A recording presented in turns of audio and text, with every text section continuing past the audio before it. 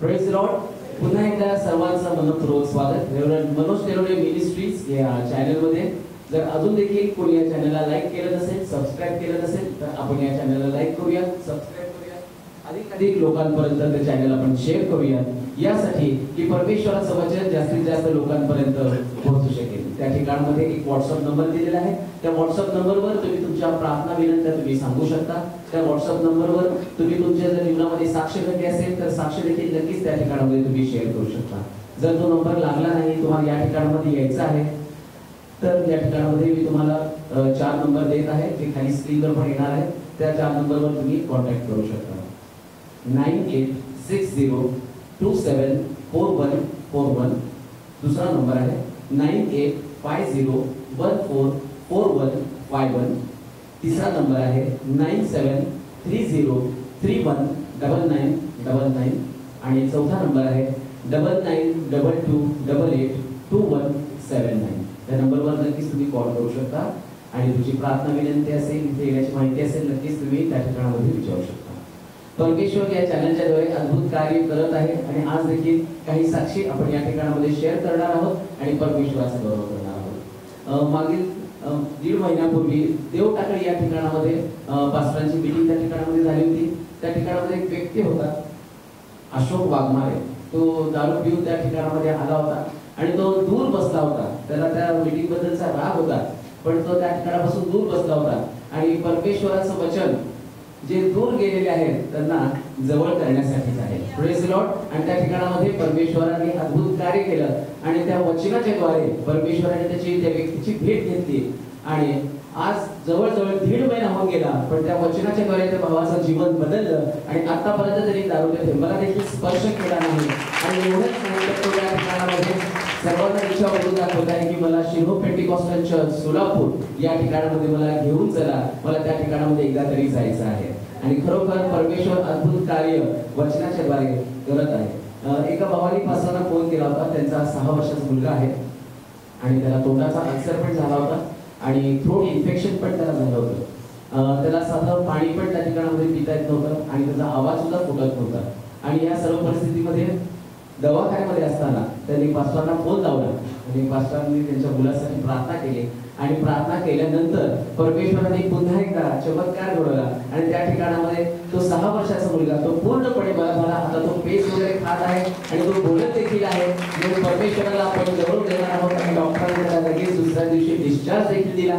म्हणून सर्व गौरव फक्त आपल्या जिवंत परमेश्वराला. एका बहिणीने फोन केला होता त्या बहिणीच्या आईसाठी. ज्या काही त्याच्या ज्या शिरा होत्या, धोंड शिर म्हणतात, ती त्या ठिकाणामध्ये त्यांची ती सुजली होती आणि त्यामुळे त्या बहिणीला चालता देखील येत नव्हतं. आणि त्यांच्या मुलीने पास्टरांना फोन लावला आणि स्वतःच्या आईसाठी त्यांनी प्रार्थना करण्यासाठी सांगितले आणि पास्टरांनी त्यांच्यासाठी प्रार्थना केली आणि त्यांचं जे काही ती धोंड शिर जी काही सुजली होती ज्यामुळे त्यांना ते बेडवरच बसून होते, तर ते पूर्ण आरोग्य त्या ठिकाणामध्ये त्या बहिणीला मिळालं. आणि त्या बहिणीने सांगितलं की पूर्ण आरोग्य मिळालं एवढंच नाही तर माझी आता चालत शेतामध्ये देखील जात आहे.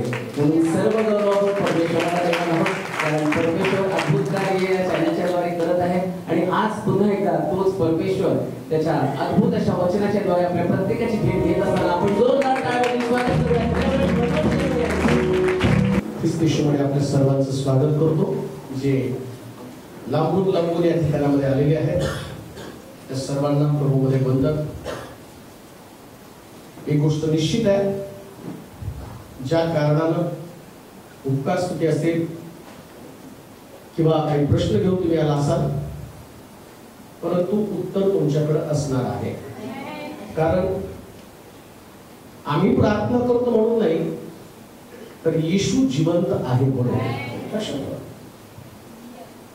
ज्याला गाढवाच्या मुखातनं संदेष्टाला ज्ञान सांगितलं, म्हणजे संदेष्टा महत्वाचा नाही, गाढव महत्वाचं नाही, तर ज्ञान प्रगट करणारा देव महत्वाचा आहे. संदेष्टाला एवढा मोठा संदेश जो जगाला ज्ञान सांगणारा, परंतु संदेश त्याला ज्ञान सांगण्यासाठी त्याने गाढवाचा वापर केला, असा देव आहे. जगामध्ये देवापेक्षा कोणीच मोठा नाही, कोणीच नाही मोठा. आणि ज्याने कोणीच देवाला स्वतःला देवापेक्षा मोठा करण्याचा प्रयत्न केला, आम्ही पाहतो ते इतिहास जमा झालेले लोक आहेत. रानामध्ये गवत राजाला खाण्यासाठी भाग पाडलेला तो देव आहे, जो राजा अहंकारी मीपणानं भरलेला राजा होता. परंतु असा देवाचा हात त्याच्यावरती पडला की राजा रानामध्ये गवत खाण्यासाठी जंगलामध्ये देवाला पाठवला. म्हणून जीवन आमचं जे आहे ते प्रभूला उंच करणारं जीवन असलं पाहिजे. रोज आमच्या जीवनात प्रभू उंच झाला पाहिजे. काल मला एका बहिणीचा मेसेज आला होती, पास्टर 15 वर्ष झालं वेगवेगळे उपचार केले, सगळं काही केले, परंतु 15 वर्षात आम्हाला लेकरं झालीच नाही. आणि मग तिने मला फार पूर्वी कधीतरी प्रार्थनेला विनंती पाठवली होती. आणि मग परवा दिवशी जाऊन तिने हॉस्पिटलमध्ये दाखवलं, तर ते म्हटले डॉक्टर जे करू शकलं नाही ते प्रार्थनेला केलं. आज 15 वर्षांनी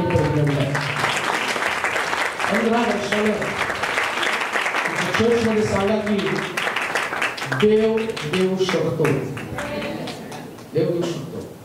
आणि म्हणूनच आज आम्ही इथं आहोत. ज्या व्यक्तीच्या जीवनामध्ये आशा आहे ना, तो व्यक्ती, मग आशा कोणामध्ये हा मोठा प्रश्न. जीवनात आशा तर सगळ्यालाच आहे. आणि आशा म्हणूनच तुम्ही आला, कोणी मिरज, सांगली, सातारा, कोल्हापूर, नांदेड, उस्मानाबाद, माहिती बऱ्याच लांबून लोक येते. गेल्या आठवड्यात पण जवळजवळ 20-30 लोक बाहेरून आले होते. लोक येत आहेत, लोक येणार आहेत. काही लोक ब्राझील, कॅनडा, त्यानंतर UK पासपोर्ट वगैरे झाले त्यांचे, तयार ते पण येणार आहेत. लोक येत राहतील. लोक येण्यापेक्षा येशू चर्च मध्ये येणं महत्वाचं आहे. ते येतात आणि जातात, पण येशू कायमस्वरूपी राहतो. आणि जसा तो चर्च मध्ये तसा आमच्या व्यक्तिगत जीवनामध्ये पण राहायला पाहिजे. आमच्या व्यक्तिगत जीवनामध्ये आज एका विशेष संदेशाकडे मी तुम्हाला घेऊन जाणार आहे. कविता जिवंत का झाली. कृष्ण चतुर्थीमध्ये कविता जिवंत झाली, पण माझा प्रश्न आहे कविता जिवंत का झाली. तर नाही, मग ती देवाची सेविका होती, सेवा करणारी व्यक्ती, देवाची सेवा करणारे पुष्कळ लोक. आलिशा मेला, आलिशा पण जिवंत व्हायला पाहिजे. आलिशाच्या आस्तीनं बाकीचे लोक जिवंत झाले. मग तुमचा प्रश्न हा पण असेल, मग लाजरसला पण ईश्वर जिवंत केलं, पण जिवंत झालेला लाजरस हो का जिवंत झाला, ते पण त्याचं उत्तर तुम्हाला कविता जिवंत का झाली या प्रश्नामध्ये मिळणार आहे. आम्ही पण बऱ्याच लोकांसाठी प्रार्थना करतो, आम्हाला वाटतं त्या व्यक्तीने जिवंत राहावं. ऐका, काही गोष्टी मूर्त होतात, दुसरी कविताच नाही. कविता एक एक्झाम्पल आहे. त्यावेळेस आमचे आशीर्वाद जे आहेत ना, ते असेच या कवितेसारखे मूर्त झालेले असतात. परंतु सगळ्यांचेच आशीर्वाद सजीव होत नाही, त्यांच्यामध्ये जीवन येत नाही. मग कविता का जिवंत झाली. आता प्रेषितांच्या कृत्यामध्ये जर तुम्ही बघितलं तर अनेक सेवक मेलेत, विश्वास ठेवणारे लोक आहेत. काहींना तलवारीने चिरलं, काहींना गॅस चेंबर मध्ये टाकून मारलं. पण कविता जिवंत का झाली. मी ते वाचता वाचता देवाला म्हटलं, देवा मला याचं उत्तर पाहिजे. कविता त्या दिवशी जिवंत झाली असं लिहिले ते, तर तिला माडीवरती आंघोळ बिंगोळ घालून सगळं ठेवली नाही का. मेल्यावरती पहिले आंघोळ जिवंतपणे नाही केली तरी चालते, पण मेल्यावर पहिले घालावं लागतात. या कवितेला आंघोळ करून सगळं प्रिपरेशन करून ठेवलं. ऐका, या लोकांचा विश्वास नव्हता की कविता पुनरुत्थित होणार आहे. त्या लोकांनी तिची सगळी तयारी केली की तिला पुरावं, आणि कविता जिवंत झाली. प्रिपरेशन सगळं आहे, तयारी सगळी आहे, तिला कबरेत पुरणार आहे. कधी कधी आम्ही एखाद्या व्यक्तीसाठी प्रार्थना करताना ती मेली हे आम्ही ऍक्सेप्ट करत नाही आणि आम्ही विश्वास ठेवतो की ती उठणार आहे. जसं दिनाकरणे आम्ही पाहतो की त्यांची मुलगी ज्यास मारली त्यास दिनाकरांनी प्रार्थना करताना त्यांच्या मनामध्ये अशी फिलिंग झाली की माझी मुलगी येशू सारखी तिसऱ्या दिवशी पुन्हा उठणार आहे. आणि मग त्यांनी लोकांना सांगितलं की माझी मुलगी उठणार आहे. आणि मग त्या मुलीचं प्रेत घरामध्ये ठेवलं. 3 दिवस उपास प्रार्थना केली. मुलगी काय उठली नाही. रूम मध्ये गेली, प्रार्थना करायला त्यास देवाला प्रश्न करतात, म्हणतात देवा तू तर मला म्हटलं होता तुझी मुलगी तिसऱ्या दिवशी उठणार आहे, मग का नाही उठली? तर म्हटलं मी कुठं तुला म्हटलो? हा तुझा विश्वास होता, तुला वाटलं होतं ती उठणार, पण ती का नाही उठली? मला तुला हे दाखवायचंय तू प्रार्थना करतो म्हणून मी काम करत नाही, मला वाटतं तुझ्याद्वारे काम करावं म्हणून मी काम करतो. मी सुरुवातीलाच तुम्हाला सांगितलं व्यक्ती महत्वाची नाही, पण ते दिनाकरला म्हटलं तुझ्या मुलीला मी उठवणार नाही. हा पण तुझ्या सेवेमध्ये पुष्कळ लोक उठतील. तुझ्या मुलीचं आयुष्य एवढं होतं आणि मग तुला दृष्टांत दाखवतो. मग त्यांना देवाला विजन दाखवलं, स्वप्न दाखवलं आणि त्या स्वप्नामध्ये त्यांनी पाहिलं दिनाकरण तुझी मुलगी आता माझ्याकडे सुरक्षित आहे, तुला आता देवाचं काम करावं लागणार आहे. मग दिनाकरणची मुलगीने विश्वास ठेवला, जाहीर केलं, पेपर आउट झालं, बदनामी झाली. दिनाकरणचा देव दिनाकरणच्या मुलीला वाचू शकणार आहे. सगळ्या पेपरच्या बातम्या त्या ठिकाणामध्ये आम्ही पाहतो की पेपरला बातम्या आल्या आणि विश्वासणाऱ्या लोकांना मोठा संभ्रम पडला की काय आहे. त्यास मला पण ते थोडंसं फिलिंग झालं, म्हटलं देवाला खरं तर कळायला पाहिजे या लोकांना तरी दाखवण्यासाठी की तू देव आहे, तू जिवंत आहे, तू मेलेले जिवंत करू शकतो, मग हे त्या ठिकाणी दाखवलं पाहिजे. परंतु त्यास मला कळलं नाही. पण आता देव मला सांगतो आणि मी त्याच तबीतीला उठवलं तरी त्यांनी विश्वास ठेवला नाही. मग दिनाकरणची मुलगी उठली असती तरी काय विश्वास ठेवणार आहे? देवाला माहितीये, देवाला माहिती की माणसामध्ये विश्वास निर्माण करण्यासाठी काय करायला पाहिजे. परंतु विषय तोच आहे. प्रेषितांच्या कृत्याकडे जाऊया. 9 अध्याय 36 पासून 42-45. याकोबमध्ये तबीता उर्फ दुर्कस या नावाची कोणी एक शिष्य होती. याकोबमध्ये तबीता उर्फ दुर्कस या नावाची कोणी एक शिष्य होती. कोण एक शिष्य होते? ती सत्कृत्य व दानधर्म करण्यात तत्पर असे. पुढे असे झाले की त्या दिवसात ती आजारी पडून मरण पावली. तेव्हा त्यांनी तिला आंघोळ घालून माडीवरच्या खोलीत ठेवले. लोद यापो जवळ असल्यामुळे पेत्र तेथे आहे असे जेव्हा शिष्याने ऐकलं तेव्हा त्यांनी दोघांजणांस पाठवून त्याला विनंती केली की आम्हाकडे यायला उशीर करू नका. तेव्हा पेत्र त्यांच्या बरोबर गेला. तो तेथे पोहोचताच त्यांनी त्याला माडीवरच्या खोलीत नेले. त्याच्याजवळ सर्व विधवा रडत उभ्या राहिल्या आणि दुर्कस त्यांच्याबरोबर होती.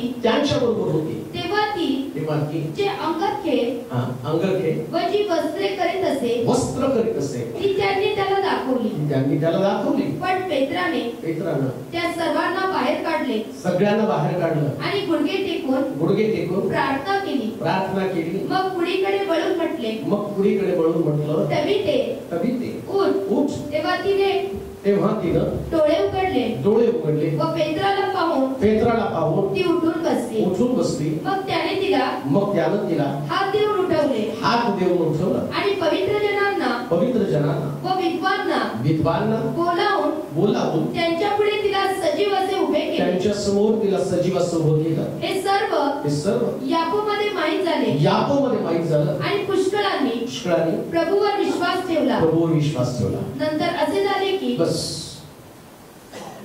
तबीता जिच्या संबंधानं असं म्हटलं की सर्व तिची पुरण्याची प्रोसेस विश्वासणाऱ्याने एकत्र जमून या कवितेला मरणानंतर शेवटची प्रार्थना म्हणून या पेत्राला बोलून तिला कबरेमध्ये पुरावं असं ठरवलेलं असताना सुद्धा कोणी पेत्राकडे अशी विनंती केली नव्हती की तबिता जिवंत व्हावी. आम्ही तर पुष्कळ लोक रात्रंदिवस एकमेकांसाठी मध्यस्थी करतो आणि आमच्या मध्यस्थीनं आमच्या प्रार्थनेनं हवी असलेली व्यक्ती जिवंत होत नाही. मग तबितेमध्ये ती ना तिच्यासाठी कोणी मध्यस्थी केली, ना कोणी तिच्यासाठी रदबंदी केली, ना कोणाला वाटत होतं ती जिवंत व्हावी. मग असं काय होतं की देवानं ठरवलं की मला तबितेला जिवंत करायचंय.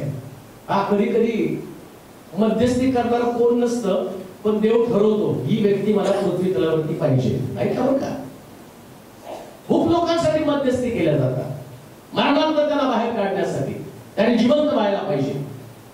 परंतु देव त्यांची प्रार्थना ऐकत नाही, पण तबितेसाठी ती जिवंत व्हावी यासाठी कोणी रदबंदी करायला तयार नाही. उलट आम्ही पाहतो की पेत्राला निरोप त्यांनी पाठवला, लवकर या लवकर या म्हणण्याचा उद्देश काय? बाळासाहेब लवकर या, लोक जमलेत, गर्दी झाली आणि आता मयत घेऊन जायची म्हणजे लोकांना गडबड असते की आता ही मेलेली व्यक्ती त्याच्यामध्ये पुरून टाकावी. ऐका,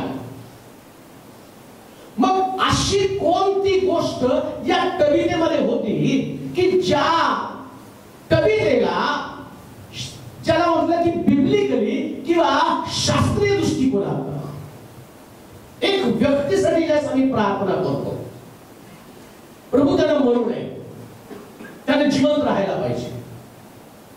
आणि एखादी व्यक्ती ज्यास एवढी प्रार्थना करून मरते ना, त्यास आम्ही आमचा देवावरचा विश्वास एकदम टाकून देतो. आम्ही तो नाही, देवच नाहीये, देवाला आमची प्रार्थना नाही केली, का नाही? नव्हतं मरायला पाहिजे, त्याने नाही मरायला पाहिजे, कारण ती व्यक्ती आमची आहे, आम्ही तिच्यावर प्रेम करतो, आम्हाला ती हवी असते.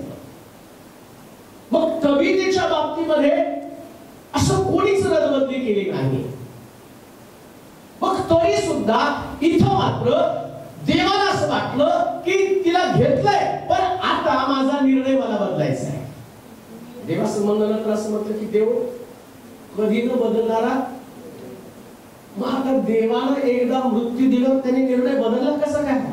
ऐका बरं का, हे जर तुम्हाला समजलं ना जीवनाचं रहस्य, जगण्याच्या पद्धती बदलून जाते. कशाला जन्माला आलो, कसं जगायचं, आत्मिक जीवन जगत असताना देवावरती प्रभाव टाकणारं जीवन कशा पद्धतीचं असावं. कवितेच्या जीवनाचा प्रभाव कविता मेल्यावरती देवालाच वाटलं की माझा निर्णय मला बदलायचा आहे. देव असं करत नाही, चला मेला आणि का परत जिवंत राहा.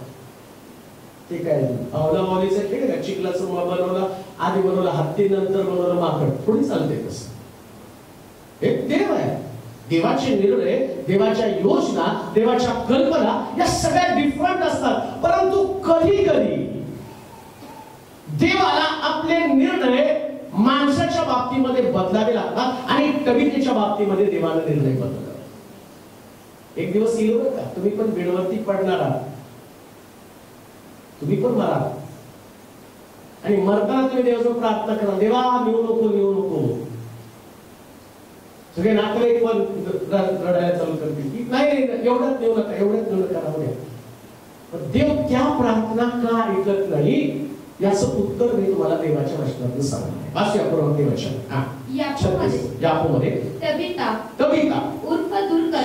उर्फ दुर्कस. आता बघा याचा संदेश दुसऱ्याच दिला, दुर्कस उर्फ दुर्कस ते पुढच्या वेळेस कधीतरी आला नंबर लागला तर ऐकू. पण आज कविता का जिवंत झाली ते वाचणार आहोत.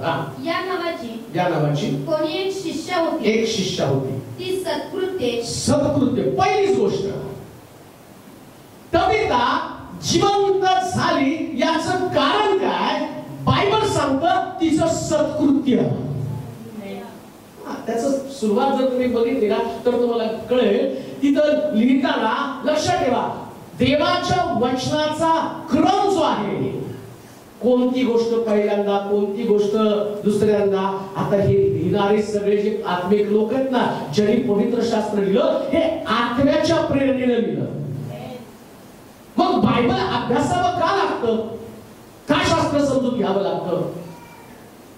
आत्मिक जीवनाची ती सर्वोच्च पातळी किंवा तुमचा फेथ जो आहे, तुमचा विश्वास जो आहे, तो तुम्हाला बिल्ड करायचा आहे, वाढवायचा आहे. मग वाढवणार कसा? तर त्याच्यासाठी हे आत्म्याचं वचन आत्म्याच्याद्वारे समजून घेतलं पाहिजे. आणि मग पवित्र शास्त्र लिहिताना पवित्र आत्मा त्यांना सांगत होता, कविता जिवंत झाली, पण सुरुवात करताना लिही दुर्कस. काय लिहिले वाचा?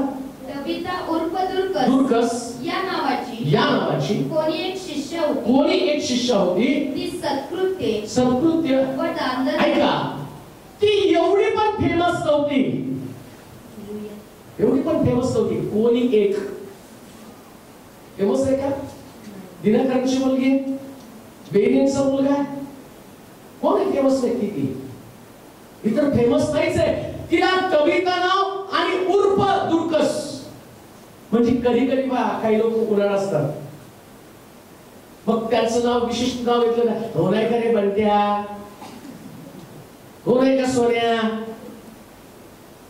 म्हणजे ते चांगल्या नावाने ओळखत, पण तो पण नावाने बरोबर ओळखतात. अरे आमच्या कोण रे कोण, अरे आपल्या वर्गात होता तो बंट्या. तसं नव्हती आहे का? कारण तो उन्हाळ म्हणून फेमस असतो. ऐका, मला तुम्हाला ही गोष्ट समजावून सांगायची की परमेश्वर ज्यावेळेस तुमच्याकडे पाहतो ना, त्यास दोन प्रकारचं जीवन तुमच्याकडे असतं. जसे कविता आणि दुसरं दुर्कस, एक तो पण नाव आहे. मला वाटलं हे विषय मी नंतर कधीतरी बोलेल, पण मला आवडायलाच तयार नाही की कविता उर्फ दुर्कस. पण या उर्फ दुर्कस जी गोष्ट नावाप्रमाणे बदलून टाकली आणि ती तसं म्हटलं, ती सत्कृत्य करणारी स्त्री होती. जीवन आणि मरण ज्याचा संघर्ष चालू असेल, त्यास मरणावरती जीवन कधी विजय मिळवेल, ज्यास तुम्ही सत्कृत्य कराल. एक संघर्ष असणार आहे. प्रत्येक जण मरण घेऊन जगामध्ये पुढे चाललेला आहे आणि तुमचा नंबर कधी लागेल सांगता येत नाही.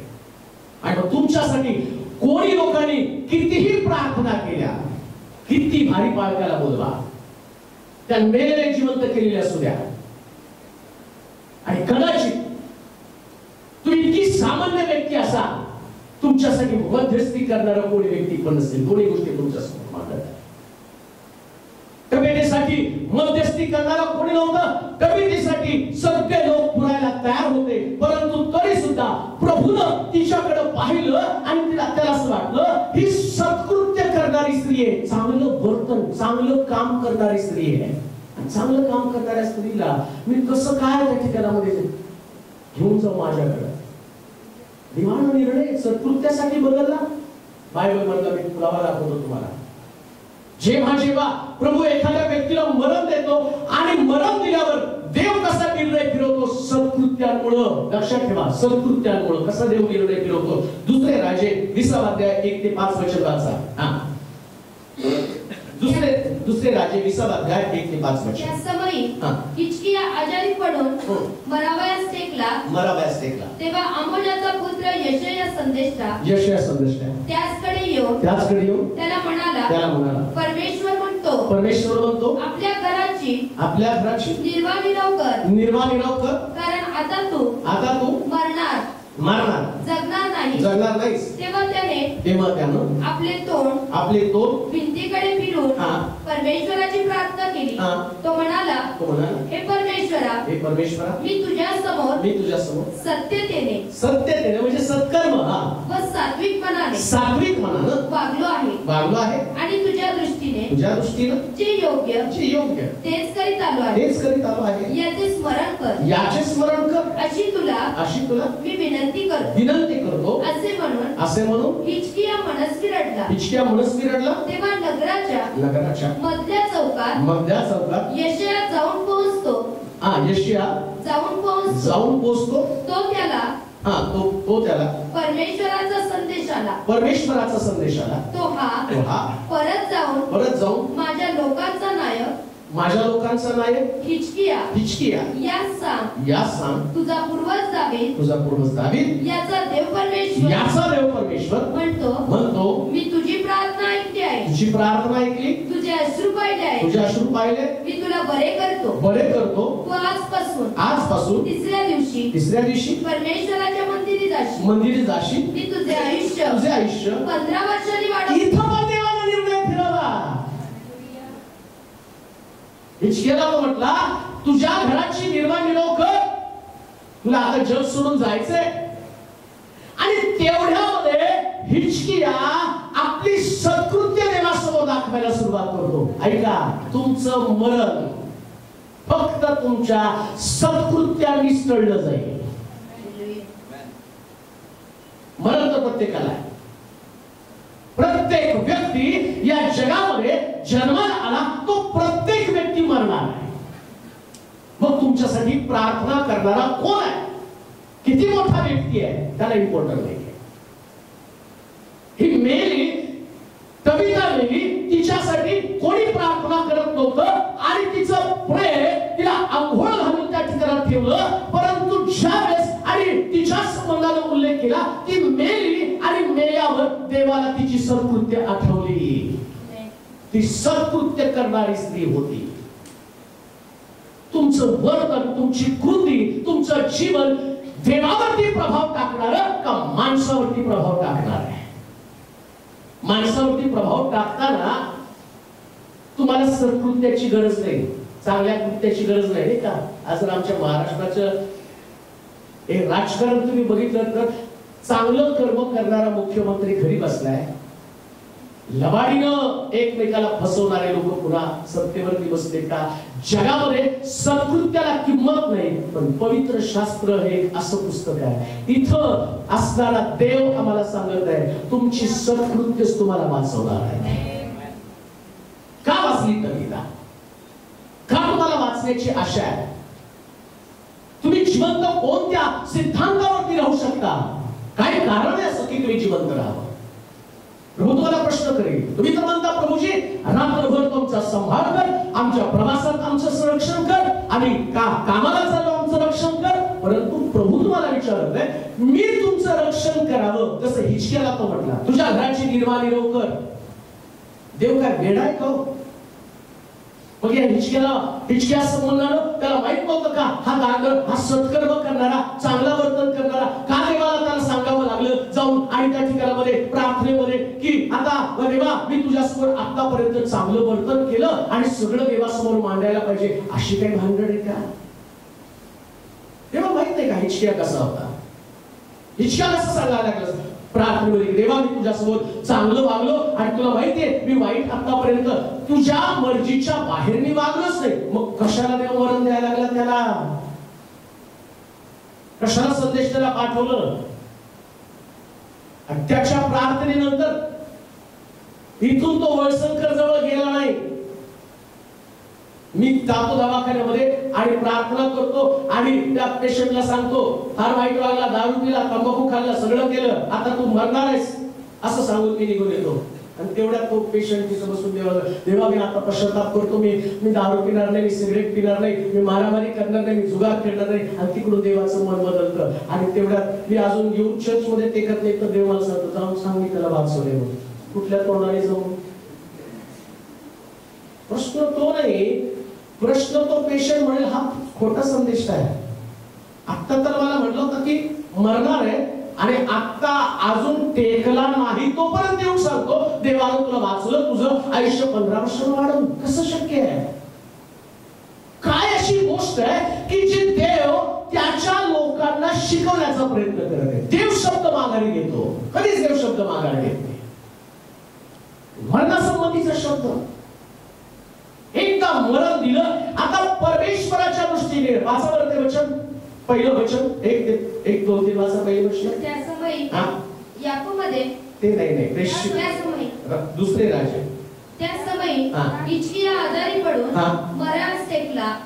तेव्हा आमोदाचा पुत्र यशया संदेशदा त्याचकडे येऊन त्याला म्हणाला परमेश्वर म्हणतो आपल्या घराची निर्वाह कर, कारण आता तू मरणार मरणार जगणार नाहीस. तेव्हा त्याने आपले तोंड भिंतीकडे फिरवून परमेश्वराची प्रार्थना केली. तो म्हणाला, हे परमेश्वरा, मी तुझ्या समोर सत्यतेने व सात्विकपणाने वागलो आहे. इथं हा व्यक्ती देवाला सांगत आहे, मी सात्विकपणे सत्यतेनं तुझ्या मनाला कसं वागलो, आणि आता तुम्हाला आजार देऊन कशाला मारत आहे, कशाला तुम्हाला जगात घेऊन जाणार. प्रश्न तोच आहे माझा. देवाला माहित नाही काय ते आठवण करून द्यावी लागली. हिशेला सांगावं लागलं, प्रभू मी कसं वागलं. आता आम्ही तर गेल्या 2-3 महिन्यापूर्वीची संदेश तुम्ही बघितले तर देव आमची भटकण्याची ठिकाणं, तो आम्ही कुठं गेलो कुठं आलं, तो संदेश किती लोकांमध्ये परिवर्तन घडलं. त्या देवाला सगळं माहिती आहे. तुम्ही काय बोलला ते पण मी तुम्हाला दाखवून दिले, तुम्ही बोललेला शब्द पण देवाला माहिती आहे. मग देव एवढं सगळं बारकाईनं आणि याचं सगळं विसरून गेलं का? नीट आहे का बरं का? नीट आहे का?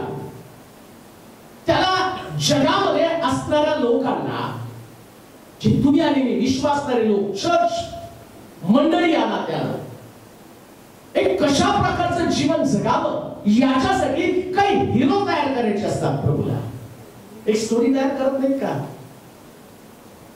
एक पिक्चर तयार करताना एक स्टोरी तयार करावी लागते. त्याच्यातला जो ऍक्टर असतो आणि ते पात्रासाठी विशेष प्रकारचं काहीतरी लिहावं लागतं. ऐका बरं का, स्टोरीमध्ये एक पात्र असतं आणि तो हिरोला बघितलं जातं. जसं सलमान खानला बघितलं की त्याने नुसती मारामारीच करायला पाहिजे, 100 गुंड मारले की त्याचा पिक्चर, आणि एवढ्या सगळं सुंदर सुंदर हिरोईन बरोबर तो फिरतो, त्याचं लग्नच नाही. काय स्टोरी? पण ती स्टोरी बघायला सगळीकडे धावपळ आहे का तो पिक्चर बघायला. पण बायबल मधला हा जो देव आहे, हा देव या जगामध्ये असणाऱ्या लोकांसाठी एक स्टोरी लिहित आहे. आणि त्याला माहितीये की टबिता नावाची एक स्त्री प्रेषितांच्या कृत्यामध्ये मरणार आहे, आणि ती मेल्यावर मला तिला हिरो बनवायचंय, तिला जिवंत करायचंय. पण अशी कोणती घटना अगोदर मला घडवावी लागणार आहे? जसं येशू ख्रिस्त मारला जावा, 30 रुपयाला विकला जावा, म्हणून त्यानं योसेफाला 20 रुपयाला विकलं, येशू ख्रिस्ताला 30 रुपयाला विकलं. ही स्टोरी लिहिण्याचं काम केलं होतं. तसं कविता जिवंत व्हावी याच्यासाठी आणखी एक स्टोरी कुठली? हिजकियाचं आयुष्य पुन्हा 15 वर्षानं वाढावं, आणि स्टोरी लिहिली जावी की का कविता जिवंत झाली, कारण तिचं सत्कृत्य. हिजकियाचं आयुष्य 15 वर्षानं का वाढलं? त्याचं सत्कृत्य. तुमचं आयुष्य पण का वाढणार? तुमचं सत्कृत्य. सत्कृत्य चांगलं कर्म. प्रत्येकाचं जीवन देव तपासतो, पाहतो. तुमच्याकडे पण व्याधी, विकार, आजारपण, लढाई, झगडा, अपयश, पराजय, संघर्ष, वर जाणं, खाली येणं, नाकारलं जाणं, नाकारणं, लोकांकडनं तुमची हेटाळणी होणं, अनेक प्रकारच्या प्रश्नांवर तुम्हाला जावं लागणार आहे. पण तुमचं जीवन त्याचा संघर्ष थांबणार नाही. तर लक्षात ठेवा, ज्या दिवशी तुमची सत्कृत्य दिवस आठवेल, त्या स्मरण तुमच्याकडे येणार नाही, तर प्रभू तुम्हाला त्या अवस्थेतनं बाहेर काढेल. याच्यासाठी त्या रक्तबीजेला जिवंत केलं. सत्कृत्य, चांगलं कर्म करत राहा. सत्कृत्य असं त्या ठिकाणामध्ये असं लिहिलं की ती चांगलं करणारी स्त्री होती. मग देवानं तिला जिवंत का केलं? त्याचं कारण लक्षात ठेवा. चांगले लोक जर जगातून निघूनच गेले, ते मेले, तर जगाला चांगल्या लोकांची किंमत किंवा चांगले लोक काय आहे त्याचं उदाहरण तरी कसं असणार आहे? मग ज्या कविता जिवंत होईल ना, त्या लोकांचं तिथं असं लिहिलंय, शेवटी जर तुम्ही वाचलं तर तिथे लिहिलं की त्याच्यामुळे लोकांनी देवावरती विश्वास ठेवला. त्याच्यामुळे लोकांनी देवावरती विश्वास ठेवला. कधी लोक देवावरती विश्वास ठेवतील? ज्यावेळेस सत्कर्म करणारा व्यक्ती मरणाच्या दाढेत बाहेर येईल ना, त्याच लोक देवावरती विश्वास ठेवतील. दारू पिणारा, मारामाऱ्या करणाऱ्या, चोऱ्या करणारा, हा जर व्यक्ती जिवंत झाला तर लोक थोडी देवावरती विश्वास ठेवणार आहे.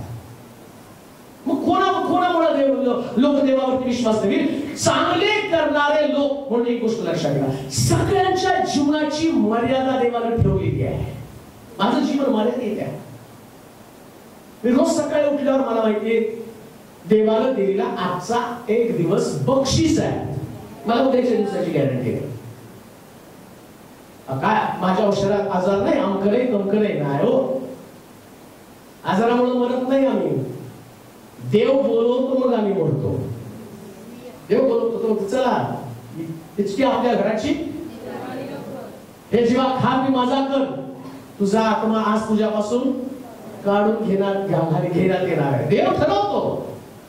मग सत्कृत्य करत असल्यावर कधी कधी तुम्हाला मरण येतं आणि तिकडे देव म्हणतो नको नको, एवढ्यात नको द्यायला, राहू दे अजून थोडे दिवस.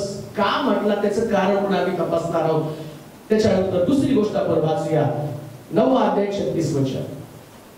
याकूबमध्ये तबीता उर्फ दुर्कस या नावाची कोणी एक शिष्य होती. ती सत्कृत्य व दानधर्म करण्यात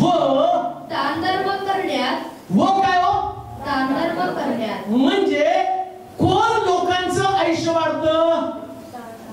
बोला की बोला चेरटाचं वाढेल का?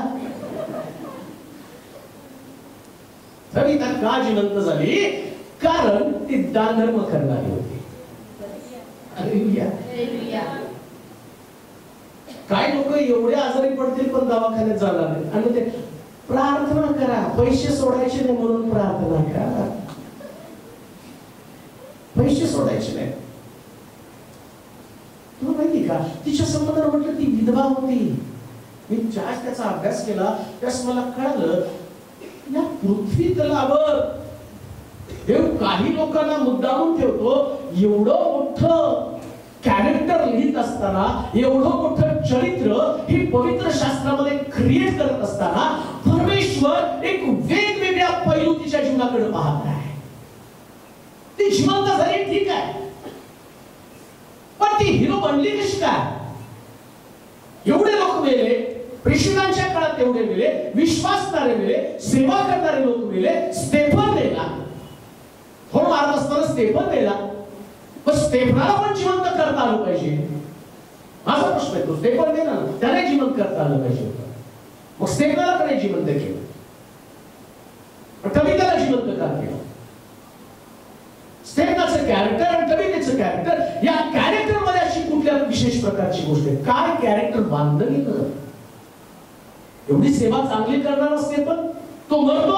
आणि तबीताचं वर्णन म्हटलं ती माझं वाटतं लक्षात एक मला एवढं त्याच्यामध्ये गुंतून जावं असं वाटतं ना. हा ती सत्कृत्ये याकूबमध्ये तबीता उर्फ दुर्कस या नावाची कोणी एक शिष्य होती. ती सत्कृत्य व दानधर्म करण्यात तत्पर असे. लक्षात घ्या, या जगामध्ये तुम्हाला फक्त तुमच्यासाठी जगणं हे तुमचं ध्येय असता कामा नये. मी माझ्यासाठी जगणार, मी माझ्या बाहेरचं जग नाही पाहणार. तुम्ही ते संबंधानं जर तुम्ही बघितलं तर ती मेली. 39 वचनामध्ये असं लिहिले, वाचा बघ 39 वचन. तेव्हा पेत्र त्यांच्याबरोबर गेला. तो तेथे पोहोचताच त्यांनी त्याला माडीवरच्या खोलीत 39 त्याच्याजवळ सगळ्या विधवा रडत उभ्या राहिल्या. आणि दुर्कस त्यांच्या बरोबर होती तेव्हा ती जे अंगरखे व जी वस्त्रे करीत असे. आता ज्या विधवा तिथे रडत होत्या ना, प्रभूनं आपला निर्णय का बदलला? जेव्हा का वाटलं की तबीता आता तिला परत मी पाठवून देतो, त्याचा निर्णय बदलायला नको होता. पण देवाला निर्णय बदलला, कारण तिथं विधवा रडत होत्या. आणि विधवा का रडत होत्या माहिती का? तबीता स्वतः अंगरखे बनवत होते आणि बनवलेल्या पैशातनं विधवांना सांभाळत होती. विधवा त्यांनी तिथे लिहिलंय, त्या विधवा त्यांनी पेत्राला बोलवलं आणि सांगितलं, पेत्रा सांगताना त्यांची अश्रू आवरेना. ते म्हटले, बघ ती स्त्री, ही जी कविता आहे ना, या कवितेनं हे सुंदर वस्त्र बनवत होती आणि ती प्रार्थनाशील तर होती, कारण पेत्र तिला ओळखत होता. लक्षात घ्या, नुसतं प्रार्थनाशील असू नये, नुसतं चर्चला जाणारा असू नये, नुसतं आणि आराधना करणारा असू नये, त्याच्या पलीकडे आमचं व्यक्तिमत्व घडावं. आणि ते व्यक्तिमत्व कोणतं? शास्त्र सांगतं, ज्यावेळेस कविता जिवंत होती त्यास ती अनेक लोकांचा आधार होती. कविता आणि तिने जाणलं की मी स्वतः जगणार नाही, माझ्याबरोबर अनेक लोक जगले पाहिजे. मी स्वतः जगणार नाही, माझ्यावरती अनेक लोक अवलंबून असले पाहिजे.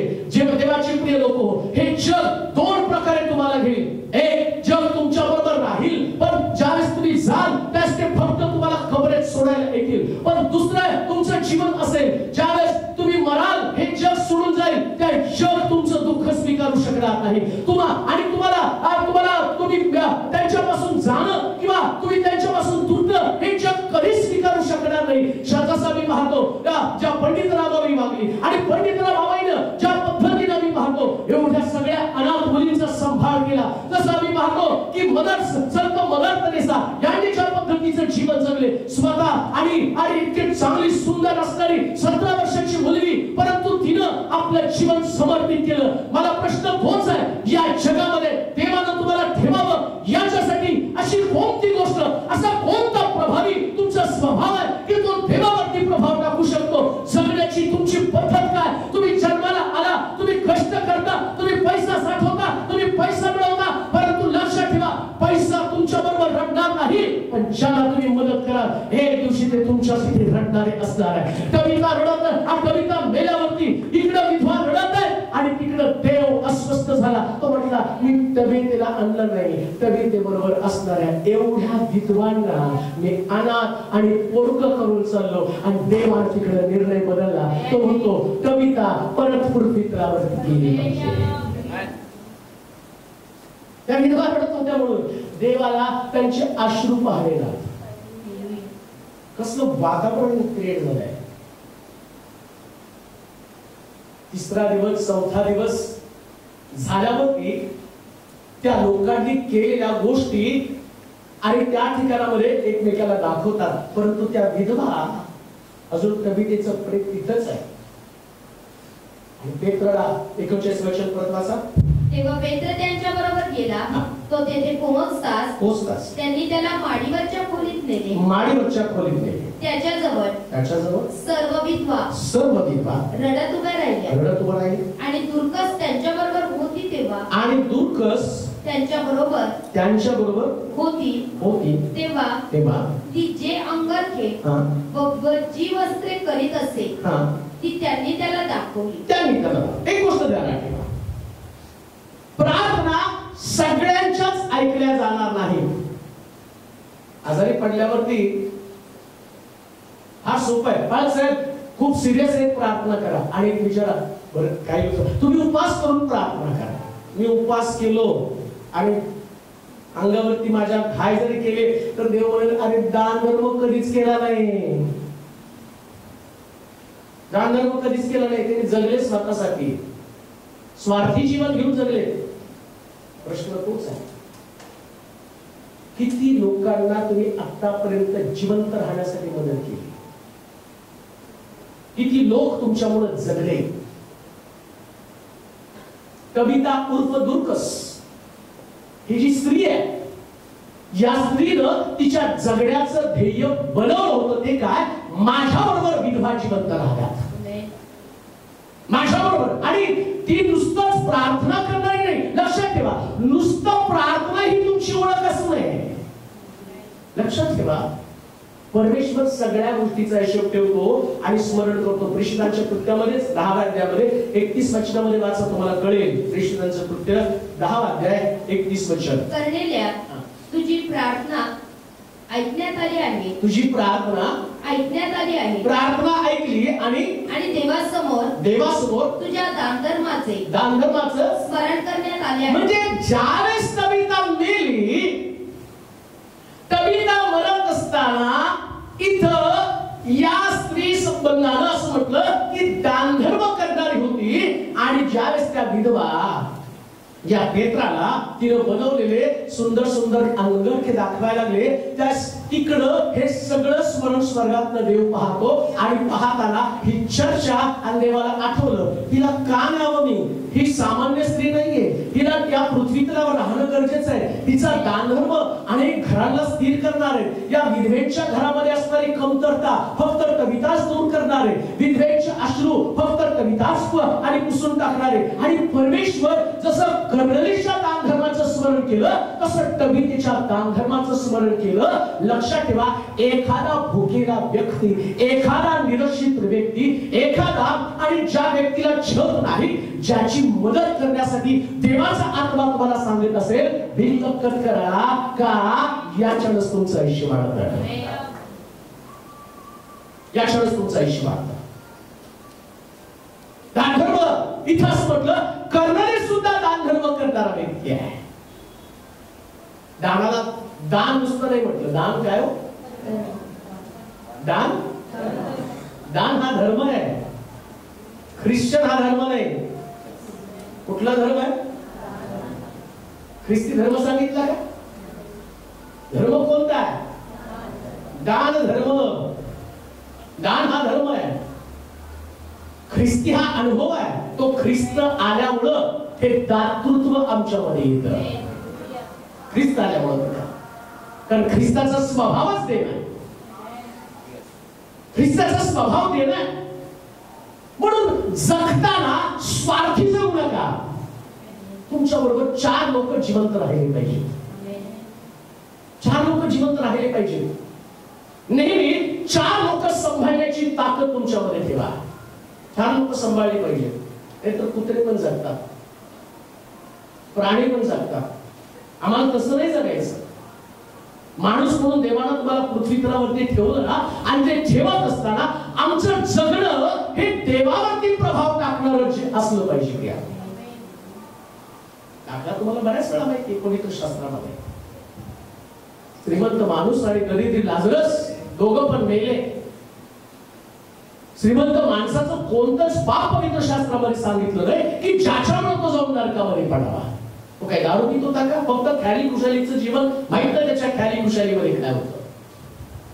पण ते ख्याली खुशाली जी आहे ना, त्याच्या राजवाड्याच्या बाहेर आणि महालाच्या बाहेर एक दरिद्री असणारा व्यक्ती आणि कोणाला भरलेला व्यक्ती, फोडानं भरलेला व्यक्ती तो बाहेर पडलेला आहे. परंतु श्रीमंत माणूस स्वतःमध्ये एवढा मग्न झाला की त्या गरीब असणाऱ्या लाजरचे बोट आणि त्याचं भुकेसाठी असणारी तडफड त्याच्या लक्षामध्ये आली नाही. आणि मग काय झालं? देव प्रत्येकाला मरण देतो. लाजरसही मेला, श्रीमंत माणूसही मेला. आणि शास्त्र सांगतं हा लाजरस देवाच्या जवळ आणि श्रीमंत माणूस नरकामध्ये यातना भोगत आहे. का? कारण यानं श्रीमंती मिळवली पण यानं ते अंतःकरण मिळवलं नाही, ज्या अंतःकरणामध्ये नावाचा धर्म होता. याचा धर्म श्रीमंती बनली. आणि याचा धर्म काय बनला? तो म्हणतो दुसऱ्याचं जेवढं मला लुबाडता येईल तो श्रीमंत असाच नाही बनला. जर काय म्हणतो मी कुणाचं भांडण घेत असेल चौपट परत करतो, अशी नाही श्रीमंती त्याला मिळाली. त्याला लुबाडलं.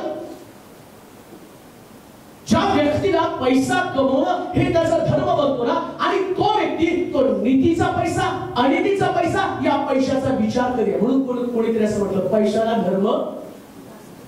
धर्म नसतो म्हणतात. धर्म असता तर लगे आपल्याकडे चाल असता नाही का? चला ख्रिस्ती लोक आहेत, ते देवाचे लोक आहेत, त्यांच्याकडे पैशाला कुठला आहे धर्म? ज्यांना ख्रिस्त माहित नाही त्यांच्याकडे डबुले नाही का? लाख कोटी, 1.25 लाख कोटी अंबानी कमी हो. आणि आम्हाला धर्म माहिती असतो. पैशाला धर्म नसतो ना. आणि आम्हाला धर्म माहितीये, आम्ही पैसा धर्म नाही, दान हा धर्म आहे. हा धर्म आहे. एक गोष्ट ध्यानात ठेवा, तो येशू म्हणला नाही का, जर तू लहानातल्या लहान व्यक्तीला काहीतरी करशील, धर्म करताना लहान मोठा करून कोणाला तर कधी कधी येत नाही का? मला धट्टा कट्टा काम करता येत नाही का? ते तो येऊ शकतो. साहेब तुमच्या घरी घेऊन जाणार का? आम्हाला नाही जमतो. द्यायचं नाही तर बोलू नका, पण मी म्हणतो अशा वेळेस कमीत कमी कोणी मागितलं तर द्या. का तर तो तुमचा धर्म आहे. का तर तुम्हाला आशीर्वाद देतात. लक्ष ठेवा, ते म्हणतात ना तुमचं कल्याण हो. मी उडावतो त्यास तुम्हाला वस्त्र दिलं, मी निराश्रित होतो त्यास तुम्हाला घर दिलं. तो प्रभूजी मी तुला कधी घर दिलं, मी तुला कधी वस्त्र दिलं. अरे तो उडा होता ना त्याच्यामध्ये मी होतो रे. तो निराश्रित होतो ना त्याच्यामध्ये मी होतो. तू त्याला घरी नेलं आणि मी तुझ्या बरोबर घरी आलो. मी आलो तुझ्या बरोबर घरी. कोणा भावाला, कोणा बहिणीला, कोणा दुःखित व्यक्तीला ज्याची खरी गरज आहे. परत आता ते सांगतो ज्याची खरी गरज आहे त्याची कोण दारू प्यायला हात पडतो चटका का त्याच्या हातात. नाही तर धर्म करायला जाता तुम्ही धर्माने बिझनेस करून ठेवा. तंबाखूला कोणी मागितलं तर देऊ नका, दात पाडा त्याचे. सांगा आमच्या बाळाकडे सांगितलं आणि त्याची देणी असेल तर माझ्याकडे घेऊया. तुम्ही जे राहिलेले मी पाडतो घेऊया त्याची. कविता धर्म करणारी व्यक्ती, धर्म करणारी व्यक्ती होती. वाचू परत एकदा 31 वचन प्रेषितांचे कृत्य 10 अध्याय. याकोबमध्ये तबीता उर्फ दुर्कस या नावाची कोणी एक शिष्य होती. ती सत्कृत्ये 39 प्रेषितांचे कृत्य 10 अध्याय 31 वचन. कर्नलस तुझी प्रार्थना ऐकण्यात आली आणि देवासमोर तुझ्या दानधर्माचे स्मरण करण्यात आले आहे. प्रार्थना ऐकली आणि स्मरण वेगळे बरं का. कधी कधी प्रार्थना ऐकली जाती, विनंती मांडली जाती, कधी कधी म्हणतात नाही का त्यांनी बोलले होते बरं का त्या दिवशी, त्याची प्रार्थना आहे. स्मरण म्हणजे काय नाही का, 4 लोक ऐका. स्वर्गातलं दृश्य मी तुम्हाला समजावून सांगतो. स्वर्गामध्ये देव आहे, 24 वडील आहेत, कोट्यावधी देवदूत आहेत, पिता पुत्र पवित्र आत्मा स्वर्गात पण जातो. तिथं लुसिफर पण स्वर्गामध्ये जातो, तो पण तिथं पोहोचतो. सगळं चालू आहे, सभा चालू आहे आणि त्याच्यामध्ये लुसिफर या मंडळीतले किंवा माझ्या संबंधानं आणि तिथं चर्चा चालू असताना तो लुसिफर सांगतो प्रभू मारलं का तू तबीतेला. तो म्हणतो मारलं. आणि मग त्यांची चर्चा चालू आहे आणि चर्चा चालू असताना आता येशू तर मरण देत नाही, सैतानाकडनं मरण आहे, परंतु आम्ही पाहतो तो मरण त्या तबीतेला देत असताना तिथं चर्चा चालू आहे, देवदूतांबरोबर चर्चा चालू आहे आणि पित्याची पुत्राबरोबर चर्चा चालू आहे. आणि त्या चर्चेमध्ये पिता पुत्राला पुत्र पित्याला आठवण करून देतो. कविता दानधर्म करणारी होती बापा. एवढ्या मोठ्या स्वर्गामध्ये करोडो लोकांचा हिशोब ठेवला जातो आणि त्याच्यामध्ये दानधर्माची चर्चा स्वर्गामध्ये. इमेजिन करू शकता तुम्ही. आठवण चर्चा. स्मरण म्हणजे चर्चा. आठवण केली. कशाची आठवण? दानधर्म. विधवा 2 टोल्या टाकत होती, तिची आठवण झाली, आठवण केली. जे तुम्ही कोरोनाच्या काळामध्ये लोकांना मदत केली ना. मला रवी फाळके आहेत का? मिसेस तर दिसतात त्यांचे. त्या कोरोना काळामध्ये हमखास मला काही पालक लोकांना मदत करण्यासाठी पैसे पाठवून द्यायचे की पालक साहेब तुम्ही, आम्ही तर कोणाला ओळखत नाही आणि तुम्ही आमचं नाव पण कोणाला सांगू नका. मग मी ते शोधून काढायचो आणि त्याला सांगायचो अशा लोकांनी तुमच्यासाठी पैसे पाठवले, नाव मी सांगू शकत नाही पण तुम्ही त्याच्यासाठी प्रार्थना करा.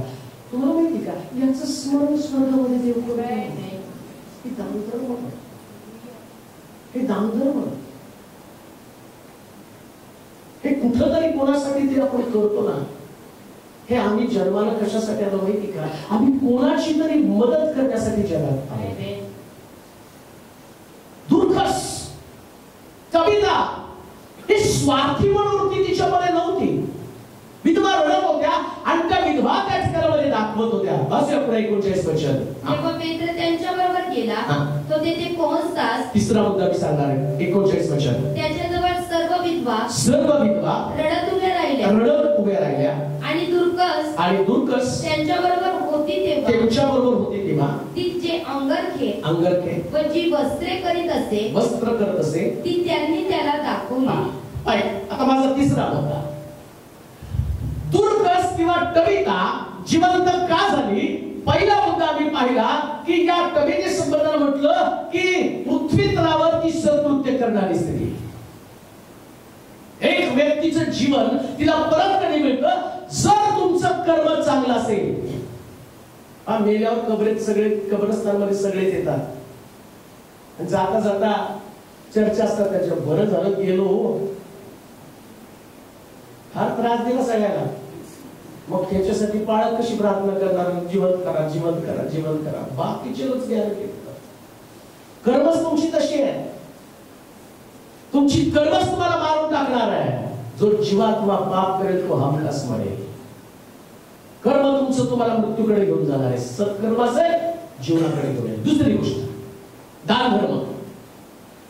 तुमचा दान धर्म, ज्यावेळेस तुमचा दान धर्माच्या द्वारे अनेक जीव वाचतात ना, त्या परमेश्वर आणि तुम्हाला या जगामध्ये ठेवतो. आणि तिसरी गोष्ट असं लिहिलंय, तिथं विधवा रडत होत्या.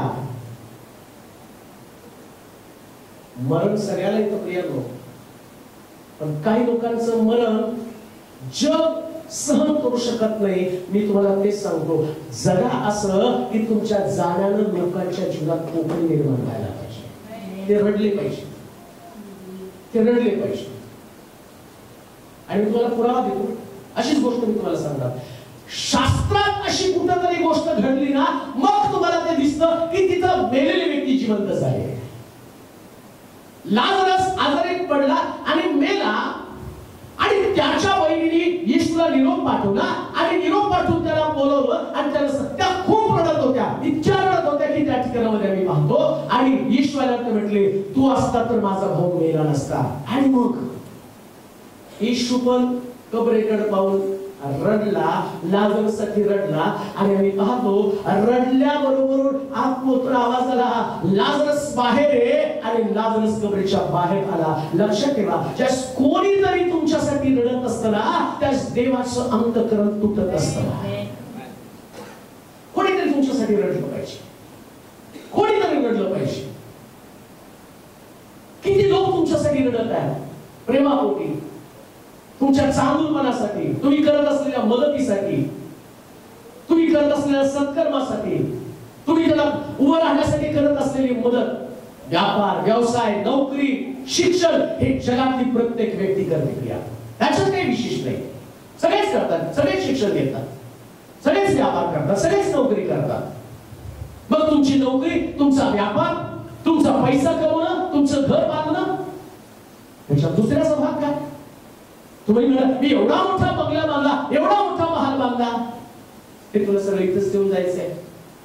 आणि प्रश्न तो आहे, इथला तुझा बंगला, तुझा महाल, माणसाला काम करता करता सगळं जीवन संपता संपता तो 45-50 वर्ष गाठतो, मग घर बांधतो. आणि घर बांधल्यावर 40-50 वर्ष त्याला लाभ मिळत नाही. 40-50 वर्षानंतर सुंदर घरामध्ये जातो, आणि सुंदर घरामध्ये गेल्यावर तिकडून त्याची उतरती कळा सुरू होती. त्या घरामध्ये सौख्य नाही, शांती नाही, समाधान नाही, आरोग्य नाही. आणि एक दिवशी ते घर सोडून त्याला जायचं. आणि स्वर्गामध्ये गेल्यावर त्याला कळतं, अरे मी इथं बांधलं पण स्वर्गात बांधलं गेलं नाही. आणि का बांधलं नाही? इथं तुला आनंद मिळावा, तुझ्या डोळ्यात अश्रू नाही येऊ नये याची खबरदारी तू घेतली. याच्यासाठी तू कोणाचा विचार केला नाही. दुर्खसनं कवितानं तसं केलं नाही. ती म्हटली, माझ्या डोळ्यात अश्रू असले तर चालेल, पण समोरच्या लोकांच्या डोळ्यामध्ये अश्रू नकोय. देवाचे प्रिय लोक हो, एक जीवन जर तुम्हाला आणि पैलू पडणारं, देवावरती प्रभाव टाकणारं जीवन जगायचं असेल, एक चॅलेंजिंग, एक आव्हानात्मक जीवन जगायला पाहिजे, तर लक्षात ठेवा, कोणाच्या डोळ्यामध्ये अश्रू आणू नका. भले तुमच्या डोळ्यामध्ये अश्रू येऊ द्या, परंतु असं जगा, असं जगा, असं जगण्याचं आणि पद्धत अंगीकारा की जगताना सुद्धा तुम्ही म्हणाल त्या लोकांना तुमच्या जाण्याची आणि एक प्रकारचं दुःख व्हायला पाहिजे. जसं अतीव दुःख या स्त्रियांना झाला. शास्त्र सांगतं त्या रडत होत्या. कोण तुमच्यासाठी रडणार आहे? तुम्हाला वाटतं आमच्यासाठी खूप लोकांनी रडलं, का रडावं? येशू ख्रिस्त पुनरुत्थित होण्याचं कारण काय? तो म्हटला, मी तिसऱ्या दिवशी पुन्हा उठेल. पण कारण काय? तो तर उठणार होता, पण प्रभू येशू ख्रिस्त सुद्धा ज्यावेळेस मेला ना, तर त्या स्त्रिया कबरेकडे रडत पळाल्यात असं लिहिलेलं आहे. तिथे रडले. जेव्हा जेव्हा कोणीतरी तुमच्यासाठी रडत असतं ना, म्हणून लक्षात ठेवा, एवढं प्रेम जाता जाता सगळ्याला द्यायचं ना. आजारी पडल्यावर सगळ्यांनी तुमच्यासाठी रडून रडून प्रार्थना केली पाहिजे. नाही तर त्यांनी म्हटलं नाही पाहिजे देवा घेऊन जा लवकर, लय त्रास आहे यांचा. सुंदर आहे का? कोणाचं वाईटच करायचं नाही, कोणाशी वाईट बोलायचं नाही. कोण भेटेल त्याला सगळ्यांना सलाम, प्रेज द लॉर्ड, नमस्कार, प्रभूची शांती तुमच्या बरोबर असो. जाता जाता कोणाला तरी चांगलं काहीतरी विचार करणं, चांगलं त्यांच्याशी बोलणं. कुणाला तरी चॉकलेट द्या, लेकर तर रडतील, त्यांना तर रडू द्या. ते चॉकलेट आणणारे आंटी गेल्या म्हणून त्यांना तर रडू द्या. केक द्या, केक वाले आंटी गेल्या का म्हणून. कदाचित देव त्याचं रडलं म्हणून तुम्हाला उठवेल, माझी नाहीच तुम्ही जाऊ म्हणून. पण कविता मेली, त्या बाकीच्या स्त्रिया रडत होत्या, कारण त्यांना आठवण आली, त्यांनी ते आणून दिले. काय काय आणले बघायचं होतं. त्याच्याजवळ सर्व विधवा रडत उभ्या राहिल्या आणि दुर्गस त्यांच्याबरोबर होती. तेव्हा ती जे अंगरखे व जी वस्त्रे करीत असते, म्हणजे ते काय देत होते, अंगरखे. ते जगा दिलं बघा त्यांनी आम्हाला, ईश्वर तुला कुणाला घ्या, साड्या बेड्या द्या, दाखवलं का नाही त्यांनी. त्यांचीच रडतात तर पाहिजे कबर, त्यांनी दिली होती, तुम्ही जा त्याच्यात. त्यांनीच दिली होती मला, अजून एकाने येणं पाहिजे, मला पण दिली होती. सगळ्या विधवा आल्या, त्यांनी दाखवले अंगरखे. काय प्रभावी जीवन आहे, काय प्रभावी जीवन आहे. इकडं तिला आंघोळ घातली, तिची वस्त्र काढली, यांनी वस्त्र आणून दाखवली. हे अंगरखी बनवणारी ही कविता उर्फ दुर्गस आहे. काय बनवलं तुम्ही जगामध्ये असणाऱ्या लोकांसाठी, कशा पद्धतीनं तुम्ही, आणि लोकांना आपलंसं केलं. लोकांना आपलंसं करा, कसं आपलंसं होणार आहे. कवितेनं या सगळ्या स्त्रियांना एवढं प्रेम दिलं, एवढं प्रेम दिलं की त्या स्त्रिया आठवण आठवण रडत होत्या, आठवण आठवण रडत होत्या त्या. अजून एक धार्मिक व्यक्ती ओळखण्याचं चिन्ह काय. मला आठवतं डेव्हिड लिव्हिंगस्टन देवाचा फार मोठा एक सेवक होऊन गेला. त्याच्या 20व्या वर्षी आपला देश त्याला सोडला, आणि त्याचं चरित्र जर तुम्ही बघितलं ना, तो कॅरेक्टर किंवा तो दिसायला एवढा सुंदर, एवढा जबरदस्त, एखादा ऍक्टर त्याच्या समोर फिका पडेल असला डेव्हिड लिव्हिंगस्टन. आणि देवानं त्याला सेवेसाठी बोलवलं आणि त्याचा देश त्याला सोडला. कॉलेज केलं त्याने, देश सोडला आणि आफ्रिकेच्या घनदाट असणाऱ्या जंगलांमध्ये आदिवासी लोकांमध्ये सेवा करण्यासाठी निघाला. की जी लोक नरभक्षक होते, माणसं दिसले की मारून खायची. आणि मग हा डेव्हिड लिव्हिंगस्टन तिथे गेला. गेल्याबरोबर तिथली भाषा शिकले, कित्येक वेळा त्याच्यावरती हल्ले झाले. मग त्या फूड पॉइझनिंग झालं, काही भयानक प्रकारचे आणि जहरीले किडे त्याला चावले. सगळ्यात वाचत वाचत वाचत डेव्हिड लिव्हिंगस्टन सेवा करत राहिला. आणि मग अनेक वर्ष गेल्यावरती त्याचे जे मित्र होते, त्या मित्रांनी एकदा आठवण केली की डेव्हिड लिव्हिंगस्टन गेला कुठं, चेक करायला पाहिजे. मग त्यांनी सरकारी सगळी कागदपत्र पाहिली तर कळालं की डेव्हिड लिव्हिंगस्टन आपला देश सोडून तो आफ्रिकेच्या त्या खंडामध्ये जाऊन सेवा करत आहे. एक शॉर्ट मध्ये स्टोरी सांगते, परंतु मोठी स्टोरी येते. मग त्याचा एक मित्र मोठा पत्रकार होता आणि तो पत्रकार त्या आफ्रिकेच्या घनदाट जंगलामध्ये निघाला. आणि जाता जाता त्याला ते समजायला नाही कुठे जात, परंतु त्याला पाऊल टाकल्याबरोबर ज्या बेटावरती गेला त्या बेटावरती डेव्हिड लिव्हिंगस्टन म्हटलं की लोक सांगायचे तुम्ही पुढे जा, तुम्ही पुढे जा. म्हणून मी तिथे गेल्यावर मला कळालं डेव्हिड लिव्हिंगस्टन जाता जाता प्रत्येक बेटावरती आपल्या पावलाच्या खुणा ठेवून गेला. का त्या ठिकाणच्या लोकांचं परिवर्तन झालेलं होतं. आणि मग तो व्यक्ती तिथं शेवटी डेव्हिड लिव्हिंगस्टन जिथं होता तिथं जाऊन पोहोचला. पाहतो तर काय, आता 40 वर्षाच्या सेवेनंतर त्या त्याचं शरीर एवढा गोरापान देखणारा डेव्हिड लिव्हिंगस्टन, आणि तो लिव्हिंगस्टनला त्यानं पाहिलं आणि पाहिल्यावरती गाल आत गेलेले आहेत, हातापायाचं हात सगळे हाडावरती कातडं चढलेलं आहे आणि डोळे खोल गेलेले, अशा अवस्थेमध्ये तिथं त्याला पाहिलं आणि त्याच्या मित्राला रडू आलं आणि तो म्हणाला, डेव्हिड तू आणि मी सोबतीच करिअर सुरू केलं, माझ्याकडे बंगला आहे, गाडी आहे, सरकारचं सगळं काही माझ्याकडे आहे, माझं कुटुंब आहे, माझा परिवार आहे, तुझ्याकडे काय डेव्हिड, तुझ्याकडे काय? तो म्हटला, ज्या दिवशी मी हे जग सोडून जाईल त्यास माझ्याकडे काय हे तू तुझ्या डोळ्याने पाहशील. तो व्यक्ती तिथं 8 दिवस थांबला. डेव्हिड लिव्हिंगस्टन मृत्यूच्या शय्येवरती पडलेला होता आणि सगळ्या आफ्रिकेतल्या हडकुळ्या लोकांच्या रांगा तिथं लागल्या होत्या. त्या डेव्हिड लिव्हिंगस्टनचा मित्र म्हणतो की मी पाहिलं डेव्हिड लिव्हिंगस्टन मृत्यूच्या त्या पंथास लागलेला आहे आणि त्या बाजेवरती पडलेला आहे आणि हजारो लोक अवतीभोवती रडत आहे आणि त्यांची प्रार्थना एकच होती, प्रभू या व्यक्तीला परत पाठव, प्रभू या व्यक्तीला परत पाठव. त्यास मी आणि स्वतः धार उकरून रडलो. तो म्हटला, मी पैसा मिळवला पण यानं माणसं मिळवली, मी पैसा मिळवला पण यानं स्वर्गराज्य मिळवलं. देवाचे प्रिय लोक, जगण्याचा प्रभाव कसा सुद्धा की तुम्ही काय मिळवलं याच्यापेक्षा तुमच्या भोवती किती लोक रडत आहे. डेव्हिड लिव्हिंगस्टनच्या भोवती या खंडातले लोक रडत होते आणि त्यांची प्रार्थना होती, बाप देवा माझ्या डेव्हिडला परत पाठव, देवा माझ्या डेव्हिडला परत पाठव. तुम्ही जग सोडून जाल त्यास तुमच्यासाठी रडणारे किती असतील. तबितेसाठी लोक रडत होते, तबितेसाठी लोक रडत होते. का? कारण शास्त्र सांगतं विधवा तिच्यावरती अवलंबून होत्या. कोणीतरी तुमच्यावरती अवलंबून आहे आणि कोणासाठी तरी तुम्हाला जगायचं आहे. लक्षात घ्या, जगण्याचं ध्येय नुसता नवराच नसतो, जगण्याचं ध्येय नुसती नोकरीच नसते, जगण्याचं ध्येय म्हणजे बिझनेसच नसतो, जगण्याचं ध्येय आजूबाजूची लोक असतात, त्यांच्यासाठी जगा. प्रभावी जीवन, ख्रिस्तावरती प्रभाव टाकणारं जीवन. 38 वचन वाचा. लोक याकोजवळ असल्यामुळे पेत्र तेथे आहे असे जेव्हा शिष्यांनी ऐकले तेव्हा त्यांनी 2 जणांस पाठवून त्याला विनंती केली की आम्हाकडे यावयाला उशीर करू नका. तेव्हा पेत्र त्यांच्याबरोबर गेला. तो तेथे पोहोचताच त्यांनी त्याला माडीवरच्या खोलीत नेले. चौथी गोष्ट 38 वचनामध्ये, चौथी गोष्ट ती जिवंत का झाली, का तिला देवाला परत जगामध्ये पाठवून दिलं. मेलेली कविता पुन्हा जिवंत होण्याचं कारण काय?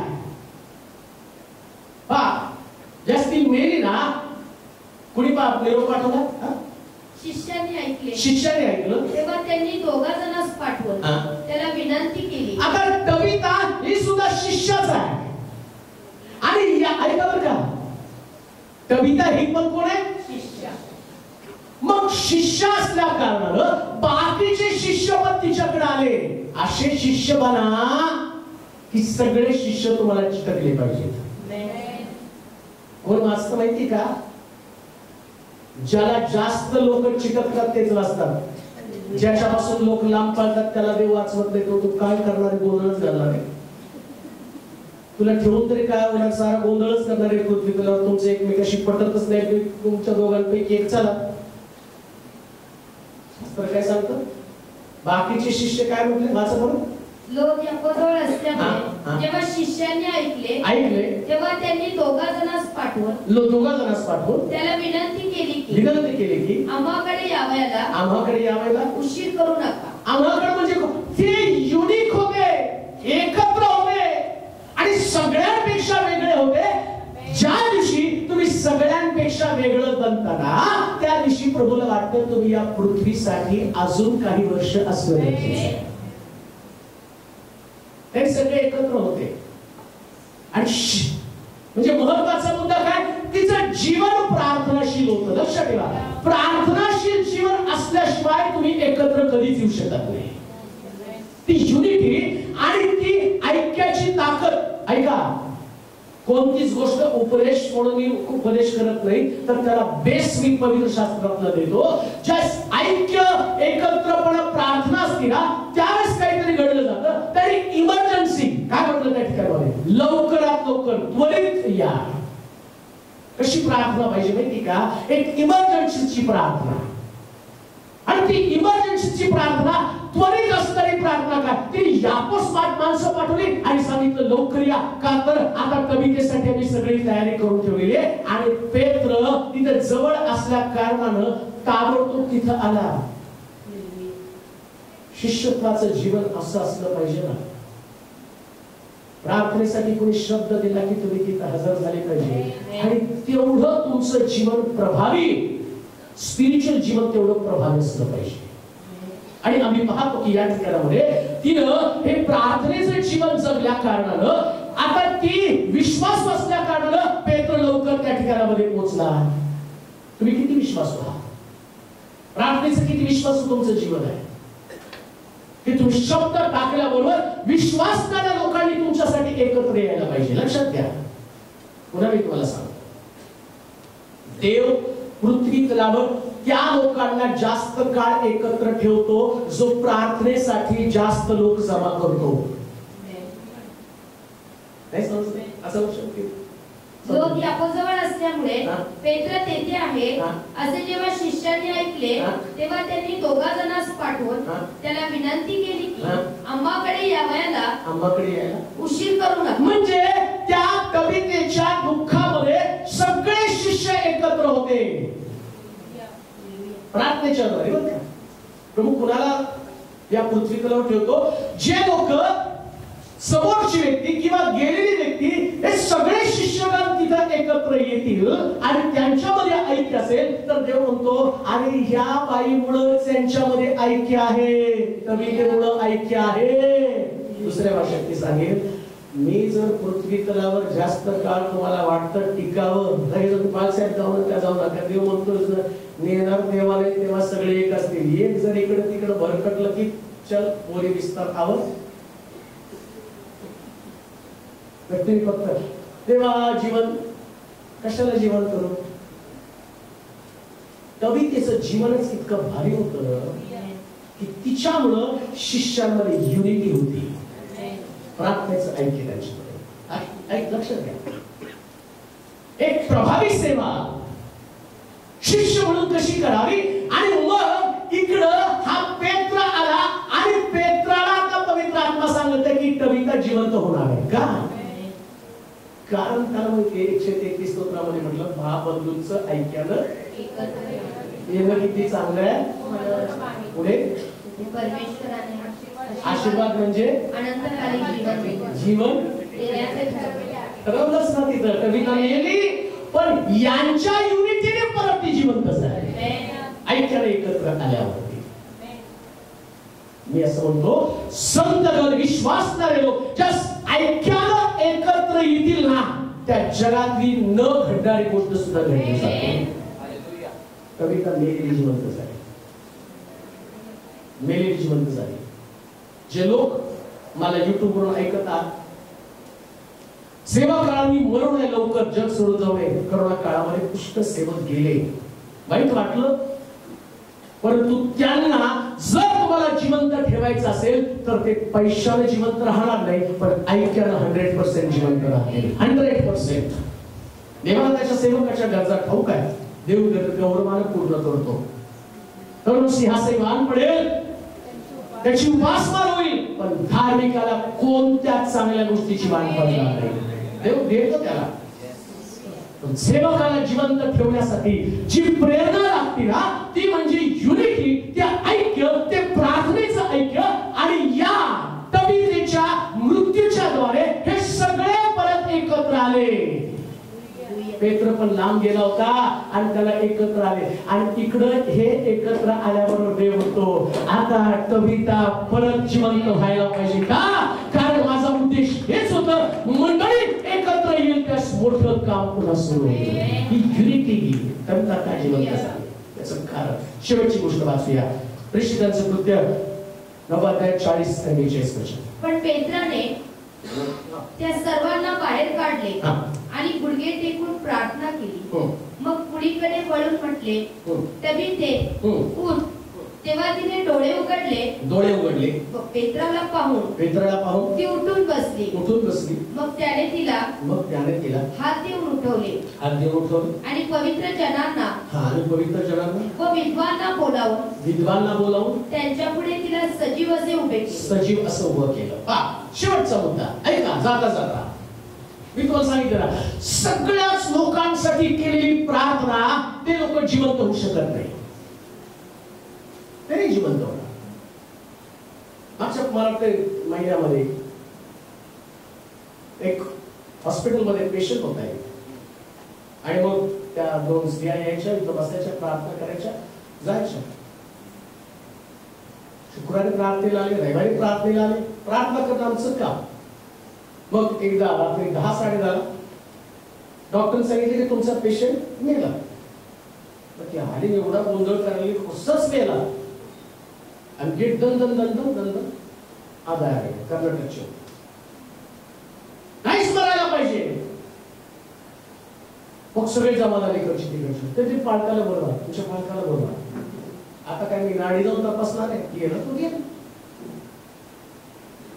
मला माहिती ना, जिवंत ठेवून प्रभूची हेतू, प्रभूचा उद्देश तर सफल व्हायला पाहिजे. उद्देश काय सफल?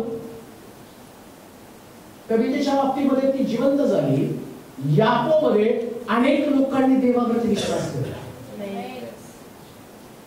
तुमचं आयुष्य वाढावं याच्यासाठी देवाचा उद्देश काय? त्याची मिनिस्ट्री वाढली पाहिजे, सेवा वाढली पाहिजे. त्या लोकांनी, अनेक लोकांनी तारण व्हायला पाहिजे. ती जिवंत झाली आणि प्रभूची सेवा वाढली. म्हणजे सेवा करणाऱ्या लोकांना देव त्याचं आयुष्य वाढवतो. सेवा करणाऱ्या लोकांचं आयुष्य. आणि मी तुम्हाला पवित्र शास्त्रात दाखवते, एली याजक परमेश्वराची सेवा करत होता, वृद्ध झाला, दिसत नव्हता त्याला, आणि तरी सुद्धा सेवा करताना त्या ठिकाणी देवाच्या मंदिरामध्ये येतात. अण्णा परमेश्वराच्या मंदिरामध्ये येशू ख्रिस्ताच्या जन्माच्या वेळेस ही 85 वर्षाची विधवा उपेक्षित, आणि ती पण, आणि 85 वर्षानंतर तिथं देवाच्या मंदिरामध्ये तिचं आयुष्य कसं वाढलं. अब्रामाला देवानं म्हातारपणात मुलगा दिला, देवाची वाणी ऐकलं आणि प्रभूचा संदेश घेऊन बाहेर पडलं. तो देखील विश्वास करण्यासाठी किती आहे. तुमचं आयुष्य वाढवावं, तुम्ही किती सेवा करत आहात. किती लोक तुम्हाला पाहून विश्वास ठेवणार, किती लोकांना. आणि तुमचं जीवन पाहिल्यावर असं वाटणार, काय अरे वाचलं काय हे, पण जाऊन फार सिरियस होतो, पोटा फुटला होता, सगळं झालं होतं, आतमधलं लिव्हर सगळे हॅलो घरी. आणि नंतर चांगले म्हणते ते कसं मरण. कसल्या प्रकारचं जीवन तुम्ही, कसल्या प्रकारचा प्रभाव लोकांवरती टाकत आहात. इथं असं लिहिलं, कविता जिवंत झाली आणि याकोबमध्ये सगळीकडे ते शुभवर्तमान पसरलं. असंच लिहिलं ना, वाचा. हे सर्व याकोबमध्ये माहीत झाले. हा, याकोबमध्ये माहीत झालं. आणि पुष्कळांनी प्रभूवर विश्वास ठेवला. नंतर असे झाले. बस, पुष्कळांनी प्रभूवर विश्वास. म्हणजे देवाला या जगामध्ये कोणाला जिवंत ठेवायचं, कोणाला न्यायचं. उद्देश काय देवाचा? कसला, काय उद्देश आहे? बोला की आता काय वाचलं आपण? कशासाठी त्याला जिवंत करायचंय? नाही, तो मला नाही मारायला पाहिजे. आणि काय लोक नाही, आम्ही लुळं पावलं सांभाळू. याच्यात काय देवाचं गौरव आहे? हे झालं तुमचं प्रेम. बाळासाहेब जरी, आणि ते तसे राहिले ना, आंधळे राहिले, लंगडे राहिले, आणि काही कसं पण राहिले ना, आम्ही मरेपर्यंत त्यांना सांभाळू. देव म्हणतो, उद्देश माझा काय आहे? लोकांनी या व्यक्तीच्या जगण्याच्या द्वारे माझं राज्य वाढावं आणि लोकांनी देवावरती विश्वास ठेवा. म्हणून लक्षात ठेवा, हे डोक्यातलं काढू नका, हा व्यक्ती जगलाच पाहिजे. मला पुष्कळ लोकांची कॉल येतात, वाचेल का? मी फक्त प्रार्थना करतो. प्रार्थना करणं माझं काम आहे. आणि काय ते वचन द्या, एखादं कसलं वचन देऊ? ते आजारी पडल्यावर कुठलं वाचावं? सगळं बायबल वाचा. तुम्हाला लागले ते पोपटाने एक चिठ्ठी काढली, याच्यात काय निघालं, त्याच्यात काय निघालं, ही रेषा कुठं जाते, ती रेषा कुठं जाते, सगळ्या रेषा मातीत जाते. चांगला विचार करा, तुमचं जगणं याच्यानं देवाचं राज्य वाढणार आहे का? लक्षात घ्या, तुमचं जगणं याच्यानं देवाचं राज्य वाढणार आहे का? आणि ज्याच देवाला कळतं हा व्यक्ती जर आता मी घेऊन गेलो, ऐका, जर त्या दिवशी कविता उठलीच नसती, याबद्दल लोकांचं तारण झालं नसतं. लक्षात येते का तुमच्या? का कविता उठली? जर कविता उठली नसती तर याबद्दल लोकांचं तारण झालं नसतं. देवाकडे सगळ्यांसाठी प्लॅन, सगळ्यांसाठी योजना, आणि देव त्याच्या योजनेप्रमाणे आमच्या जीवनावरती प्रभाव टाकत असतो. कविता का उठली? याचं तारण व्हावं म्हणून कविता उठली. का नाही का? एक व्यक्ती तिचं जीवन देवावरती कधी प्रभावी आणि प्रभाव टाकतं, ती व्यक्ती सेवा करणारी व्यक्ती असते, आणि त्या व्यक्तीच्या आणि जगण्यानं अनेक लोकांना देव दिसतो. ती देवाच्या दृष्टिकोनातून फार महत्वाचं असतं. आणि मग शास्त्र सांगतं कविता उठण्याचं 5वं कारण काय? तिच्या जिवंत होण्याची साक्ष आणि लोकांच्या विश्वासामध्ये वाढ. तिच्या जिवंत होण्याची साक्ष आणि लोकांच्या विश्वासामध्ये. तुम्ही किती लोकांच्या विश्वासामध्ये वाढ करता? ऐका बरं का, पुन्हा मी तुम्हाला सांगतो, असं लिहिलंय शास्त्रामध्ये, अडखळ कोणास होऊ नका. आणि जर कोणी कोणासाठी अडकण झालं, काय करायचं? बोला बोला, जात्याची. आणि काय करायचं? कशाला? म्हणाव त्याने वर पण येऊ नये, त्याला शोधायला ते फायर ब्रिगेडच्या लोकांना पण सापडलं नाही पाहिजे. अशी तळे घाला, कुठे टाका? कुठे टाका? कुठं? कोण तळात एकदम दिसू देऊ नका कोणाला. म्हणजेच एखादी व्यक्ती अडखळ म्हणजे सेवा न करणारा व्यक्ती तो कुठे? आणि सेवा करणारा व्यक्ती कुठे? तळ्यातलं बाहेर. इथं कविता मेली होती, आता तिला जमिनीमध्ये पुरणार होती, पण इकडं प्रभू म्हटला नाही, मला यापत त्या लोकांचं तारण करायचं. मग पेत्रला पाठवलं, आणि पेत्र हे सगळं पाहिलं. आंघोळ घातली, आंघोळ घातली का? पेटी आणली का? लाकड आणले का? अमक झालं का? फुलं आणले का? हार आणले का? पाळत साहेब आले का? लोकांची गर्दी कितीला उचलला? मेसेज गेला का सगळ्याला व्हॉट्सअपवर? 12:30ला मैल सगळीकडे पळापळी गर्दी आली. आणि मला ते कुठला रथ म्हणतात तो त्याला? मोक्षरथ. आपल्याकडे मोक्षरथ नाही, आपल्याकडे नुसताच रथ आहे. आपल्याकडे तर ते वाजत गाजत घेऊन जाते गाणे, त्याला गाणे म्हणत घेऊन. आता त्याला कळणार आहे का कोणाला कळणार आहे? सांगा, काय कळणार आहे? सांगा ते गाणे. अहो गाणे म्हणा ना, गाणे म्हणा. कशाला? ती मेलय आता तो, त्याला ते गाणं काय कळणार आहे? बरं, चर्च मध्ये जात नाही, तिथं जांभायला बसते, आणि तिथं माझ्यासमोर एवढे जोर जोरात गाणे गायचे, सियोन देश हमारा देश, जाएंगे जाओ ना इसके साथ तुम, एक और विक्ट्री जाऊ द्या. तुम्ही याला पण ध्यान बघा. अविनाशी सुकरे अमृताबत या कब्रस्तानमध्ये तर गवती बघ, चुकीचं चुकीचं चुकीचं. पायाकडनं जाऊ. आता काय रिटर्न येणार आहे का? तिकडं जाणार आहे, इकडं टेका, तिकडं डोकं घ्या, इकडं पाय घ्या, इकडं हे घ्या. ते कुठं तरी पद्धत काढायच्या. मग ते क्रॉस घालणारा कोण आहे? यांनीच खांदा लावा, त्यांनीच खा. कोणाच्याही खांद्याने तो पुनरुत्थित होणार नाही, आणि कोणाच्या खांद्याने त्याला स्वर्ग मिळणार नाही. तुमचं कर्मच तुम्हाला वाचवणार आहे. ना गीत, ना गाणे, ना कुठल्या प्रकारच्या चर्चा, ना ते फूल, ना ते हार, कोणत्याच गोष्टी. ना तिसरा दिवस, ना दुसरा दिवस, ना 40वा दिवस. एकदा मेला की संपला. पण कविताला देवाला एकही दिवस थांबू दिला नाही. शास्त्र सांगतं याकोबमध्ये मोठा चमत्कार घडला, आणि कविता वाचली, कविता वाचली, कविता वाचली, कविता वाचली, कविता वाचली.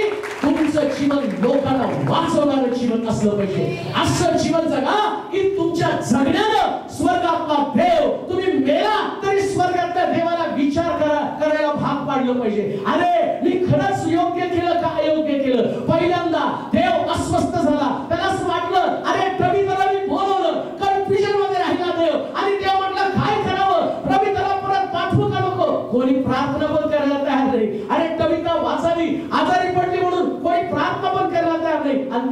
सगळी तयारी झाली, अंघोळ झालं, सगळं झालं आणि पेत्रा आला आणि देवाने सांगितलं, पेत्रा एकदा म्हण, तबिथा उठ, मला हिला उठवायचंय, मीच पाठवलं, आता मलाच पाठवायचंय. आणि इकडे देवाने शब्द घातल्याबरोबर पेत्र म्हणतो, तबिथे आणि उठ म्हटल्याबरोबर तबिथा जिवंत झाली. आणि शास्त्र सांगतं सगळं यापो आणि गलबलून गेलं. तबिथा उठली. येशू जिवंत आहे, येशू जिवंत आहे, येशू जिवंत आहे. कारण तबिथा उठली, तबिथा उठली. आम्ही उठावं या नकारात्मक विचारसरणीमधनं आणि प्रभूला म्हणावं, प्रभूजी असं जीवन जगायला शिकव की ते जगल्यानंतर लोकांना माझ्या जीवनाचा हेवा वाटेल. मला तबिथेच्या जीवनाने इतकं प्रभावित केलं, मला असं वाटलं या पृथ्वी तलावर देवानं मला ठेवावं, तर तबिथासारखं मेल्यावर लोकांनी दाखवलं पाहिजे मी काय केलंय. तबिथेनं केलेले कामं दाखवली. तुमची कामं कोणती आहेत ती लोकांनी पाहिल्यावरती इकडं असल्या जगानं तुमच्या कामाची चर्चा करावी, जसे तबिथेच्या कामाची चर्चा केली आहे. देवाचे प्रिय लोक, तबिथा उठण्याची कारण आम्ही पाहिजे. आम्हाला आमच्या जीवनाचं जगण्याचं कारण समजणं गरजेचं आहे. आपले डोळे आपण बंद करू, आपल्या जागेवर उभं राहूया, आपल्या मान आपण झोपूया, नतमस्तक करूया, प्रभू समोर पुन्हा एकदा सादर करूया. देवाचं वचन आपल्याकडे आलेलं आहे. अंतःकरणपूर्वक त्याच्यावर विचार करू. तबिथा उठली आणि या मधल्या प्रत्येक व्यक्तीला देवावर विश्वास ठेवला. त्यास आपल्यामध्ये रोहित आहे ते पुढे आणि शेवटची प्रार्थना तो करेल. आम्ही विचार करूया अशी कोणती गोष्ट आहे ज्याचा प्रभाव मला देवावरती पाडायचा आहे. तबिथा उठली, मला देखील माझ्या जीवनामधून उठणं गरजेचं आहे. ज्या दिवशी मी उठेल त्या दिवशी जसं सगळा यापो बदलून गेला तसं आम्ही पण बदलून जाणार आहोत. पुष्कळ गाव बदलून जाणार. या स्वरूपात आपल्याला प्रार्थना करायचं आहे. आपण प्रार्थना करूया. आमच्या अद्भुत वैभवी स्वर्गीय परमेश्वर पित्या, तुझ्या नावाला धन्यवाद देतो, तुझ्या आभार मानतो, तुझे उपकार मी मानतो माझ्या देवा. या जिवंताच्या भूमीवर तू आम्हाला जिवंत ठेवलंस माझ्या देवा. आमच्या अपराधाने आम्ही मृत झालो नाही, ही तुझी दया आणि ही तुझी कृपा आहे माझ्या देवा. देवा शाबाद दिवशी तुझ्या मंदिरात तू आम्हाला आणलंस.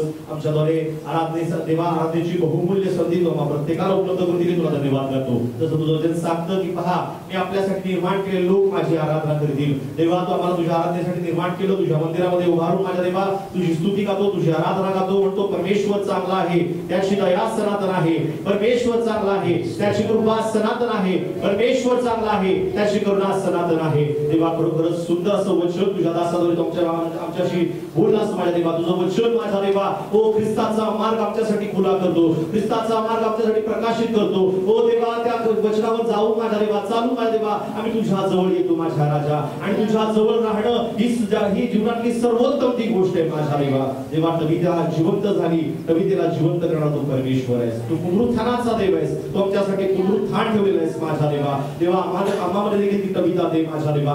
ओ जसं माझ्या देवा आपलं जीवन ही स्वतःसाठी नाही, ओ तो देवा लोकांसाठी माझ्या देवा, सेवेसाठी, ओ माझ्या देवा तुझं नाव उंच करण्यासाठी ती जीवन जगली माझ्या देवा. अनेक लोकांच्या अंतःकरणामध्ये डोळ्यामध्ये अश्रू आणणार तिचं जीवन होतं माझ्या देवा. देवा तिने तुझ्याद्वारे ते जीवन स्वीकारलं माझ्या देवा. आम्ही देखील तुझ्याद्वारे ते जीवन स्वीकारण्यासाठी सहाय्य कर.